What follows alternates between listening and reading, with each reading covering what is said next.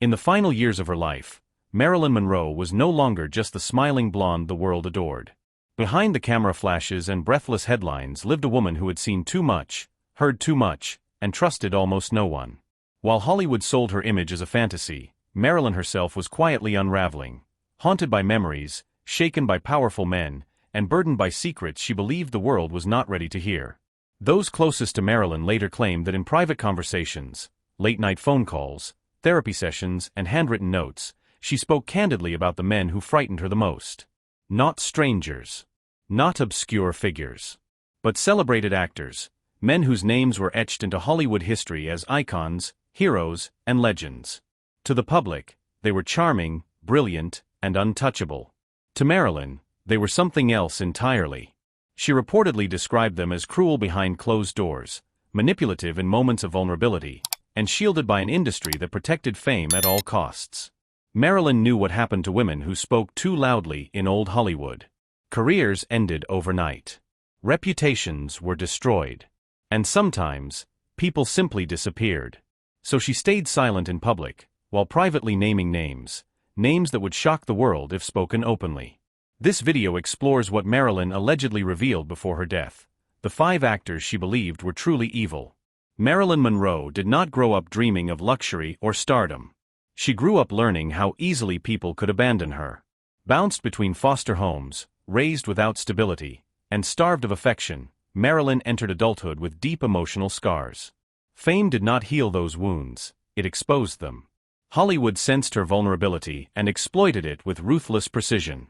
By the time Marilyn became the most photographed woman in the world, she was already surrounded by men who saw her not as a human being, but as an object, a prize, or a tool. Studio executives controlled her roles, her contracts, her image, and even her personal relationships. Male co-stars often held more power than she did, regardless of her box office success. Marilyn learned early that refusing the wrong man could mean losing a role, being labeled difficult, or quietly blacklisted. What made Marilyn different was that she paid attention. She listened.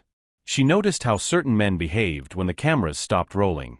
She observed how some actors treated women on set, how they spoke about young actresses, how they used intimidation disguised as confidence. Over time, admiration turned into suspicion, and suspicion into fear. Marilyn reportedly confided to friends that some men in Hollywood enjoyed power more than art. That cruelty was excused as genius. That violence was hidden behind charm. She spoke of feeling unsafe in rooms where everyone else laughed, of sensing danger long before it became visible. Her beauty made her a target, and her sensitivity made everything hit harder. As her fame grew, so did her isolation. Marilyn realized that even if she spoke the truth, few would believe her over the men she accused.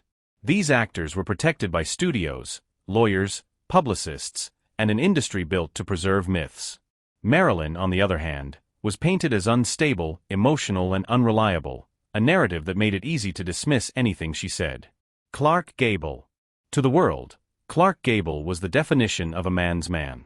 He was confidence personified, the rugged hero of Hollywood's golden age, admired by audiences and feared by no one, except reportedly, the women who worked closest to him.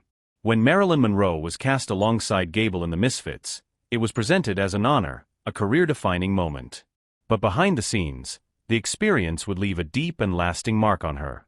Marilyn was already emotionally fragile during the production, struggling with anxiety, dependence on medication, and the pressure of proving herself as a serious actress. Instead of support, she found herself working opposite a man whose reputation off-camera was far darker than his public image. Years later, people close to Marilyn claim she spoke of feeling deeply uncomfortable around Gable, describing his presence as intimidating rather than inspiring. Rumors had long followed Clark Gable, rumors of excessive drinking, aggressive behavior, and a sense of entitlement that came with decades of unchecked fame.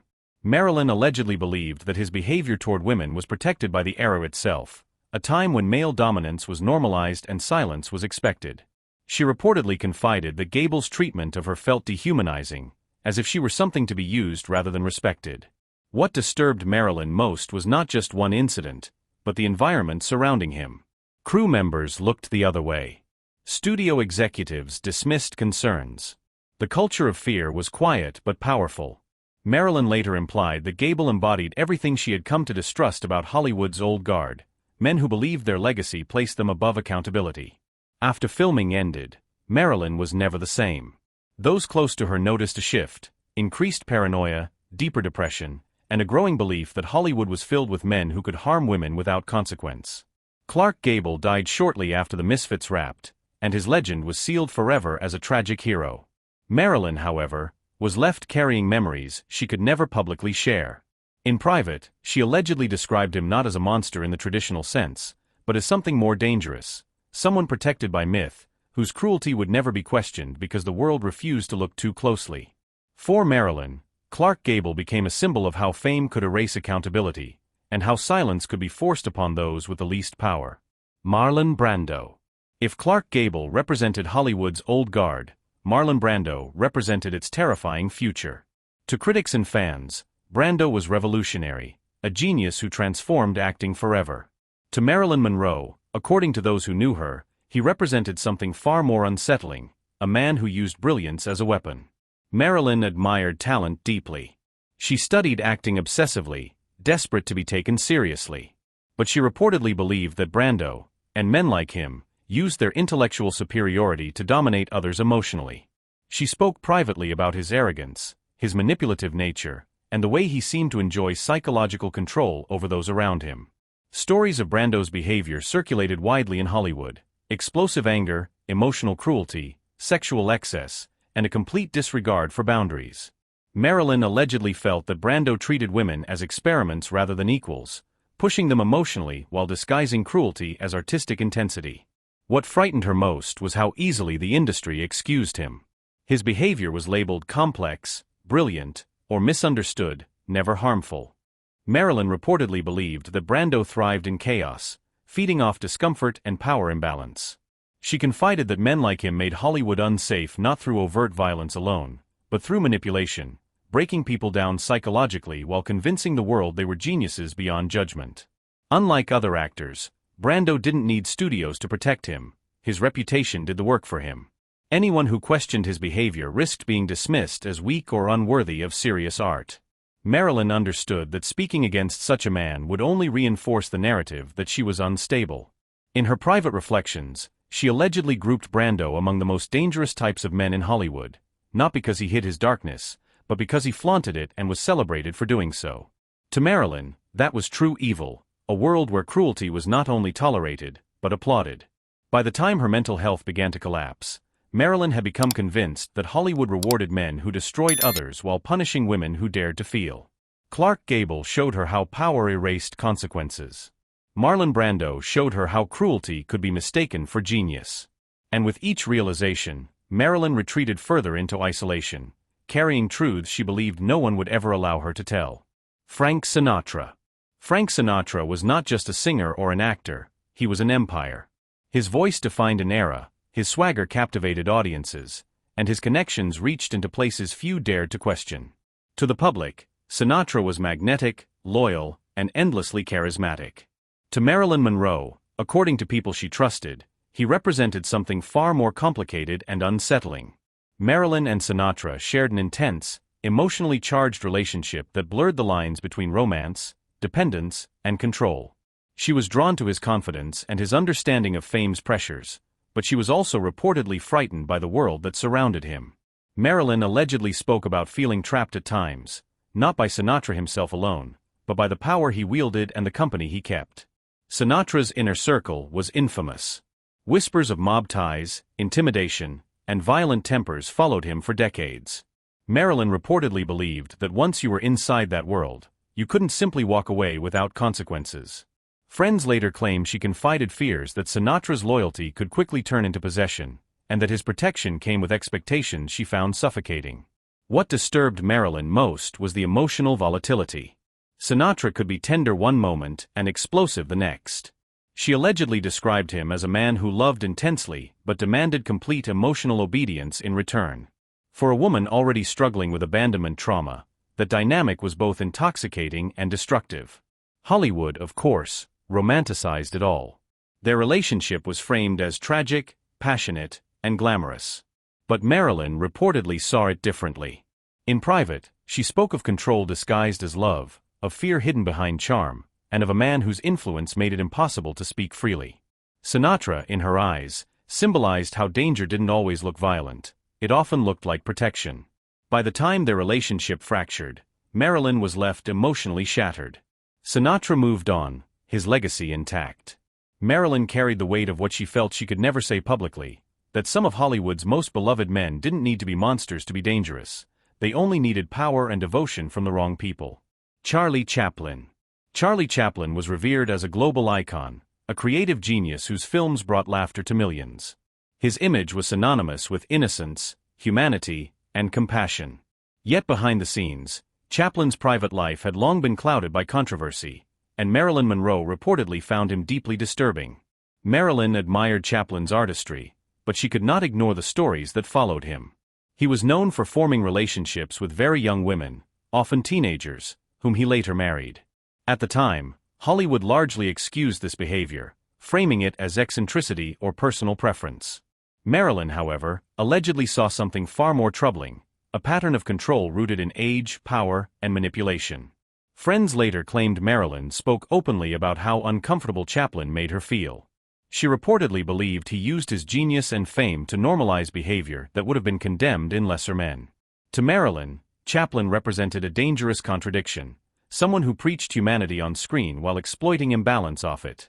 What frightened Marilyn was how openly it was accepted. Studios, critics, and audiences chose to separate Chaplin's art from his actions, effectively silencing any woman who might speak against him.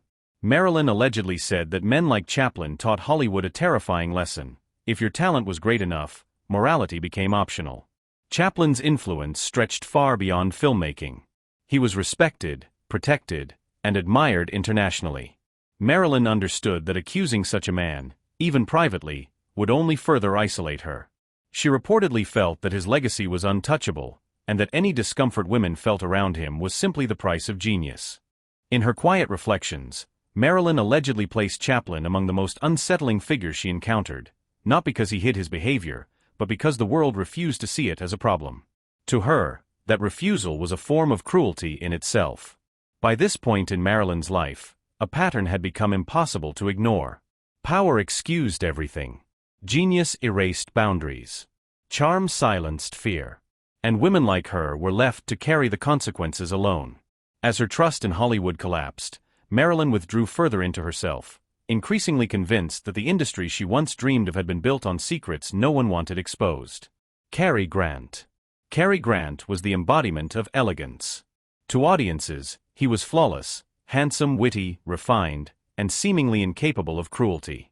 His on-screen charm became the gold standard for romantic leading men, and his personal reinvention story was celebrated as proof that Hollywood could transform anyone into a star.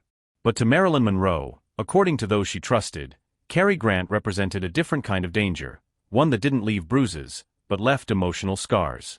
Marilyn worked with Grant during a period when she was still trying to assert herself as more than a studio-manufactured image.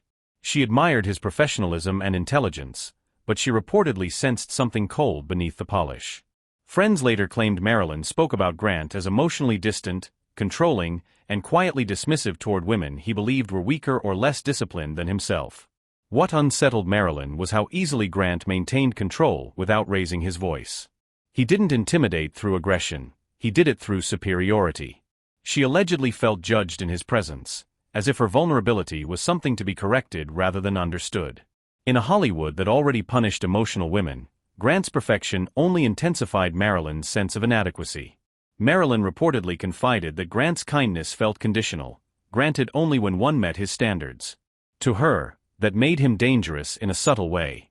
His influence was quiet, his authority unquestioned, and his reputation so pristine that no one would ever suspect harm. If a woman felt diminished around him, the fault would always be assumed to be hers. This was the pattern Marilyn recognized too late. Some men harmed through force. Others harmed through manipulation, judgment, and emotional withdrawal. Cary Grant, in her private assessment, fell into the latter category, a man whose control was invisible but deeply felt. In an industry obsessed with appearances, that invisibility made him untouchable. By the time Marilyn reached the height of her fame, she had learned a devastating truth: the most dangerous men in Hollywood were not always the loudest or most obvious. Sometimes they were the ones everyone trusted the most. Marilyn Monroe lived in a Hollywood where silence was not just expected, it was enforced. The studio system operated like a machine, protecting its most valuable assets at any cost. Powerful men were shielded by contracts, lawyers, publicists, and an unspoken agreement that nothing must disturb the illusion being sold to the world. Women, especially those labeled emotional or unstable, were expendable. Marilyn understood this reality intimately. Every time she struggled on set, arrived late, or broke down emotionally, the narrative tightened around her. She was difficult. She was unreliable. She was fragile. That narrative became a weapon, one that ensured anything she said could be dismissed before it was even heard. Privately, Marilyn allegedly asked a chilling question: who would believe me? Against icons with decades of goodwill, her voice carried little weight. Speaking out would not only end her career, it could isolate her completely. Friends later recalled that Marilyn feared being institutionalized, blacklisted, or branded insane if she ever told the full truth. The culture of old Hollywood thrived on this imbalance. Male stars were allowed complexity, rage, and moral failure. Women were allowed only beauty and obedience. Any deviation was punished swiftly. Marilyn watched actresses disappear from the industry after resisting advances or refusing to comply with unspoken expectations. She learned from their silence. This is why Marilyn's alleged private warnings matter so deeply. They were not accusations shouted for attention. They were confessions whispered in fear. They were the words of a woman who believed the truth could destroy her faster than lies ever could. By the end of her life, Marilyn was surrounded by doctors, handlers, and strangers, yet profoundly alone. She had learned too much and trusted too little. The names she reportedly spoke were never meant for headlines. They were meant as warnings. Warnings that Hollywood ignored. If this video opened your eyes to the hidden side of Hollywood's golden age and gave you a deeper understanding of Marilyn Monroe beyond the myths and glamour, make sure you like this video so more people can hear these untold videos. Subscribe to the channel and turn on the notification bell so you never miss what comes next. Some truths take decades to surface, and the next one might be even more disturbing.